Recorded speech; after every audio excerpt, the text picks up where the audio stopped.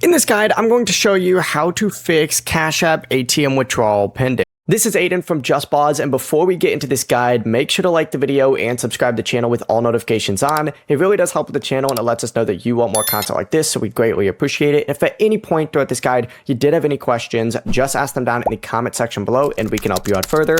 I'm going to be doing my best to reply to every single comment down there. First things first, you do need to open up Cash App and you need to go to this activity tab and make sure that you do select the ATM withdrawal and just confirm that the status still says it's pending. Do not try that same withdrawal repeatedly because ATM transactions may still, have to finish processing, and you're going to have to check your Cash App balance and your receipt to confirm whether the ATM actually dispensed the cash.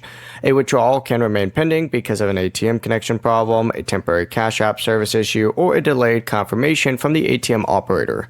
Cash App also notes that ATM or network problems can delay transactions, so what you're going to want to do is essentially just close and reopen up Cash App and then check the transaction again later. You can also review Cash App status page for a current withdrawal issue, and if the ATM did not give you cash but the money still remains deducted, what you're going to want to do is just tap your profile icon up in the top right, scroll all the way down to the very bottom, select support and report the ATM withdrawal. Make sure you include the amount, the date, the ATM location, and the receipt if you have it, and as long as you do that, you're good to go. Before you do leave, make sure to like the video and subscribe to the channel with all notifications on. It really does help with the channel and it lets us know that you want more content like this. We'd greatly appreciate it. And if at any point throughout this guide you did have any questions, just ask them down in the comment section below and we can help you out further. I'm going to be doing my best to reply to every single comment down there. Peace.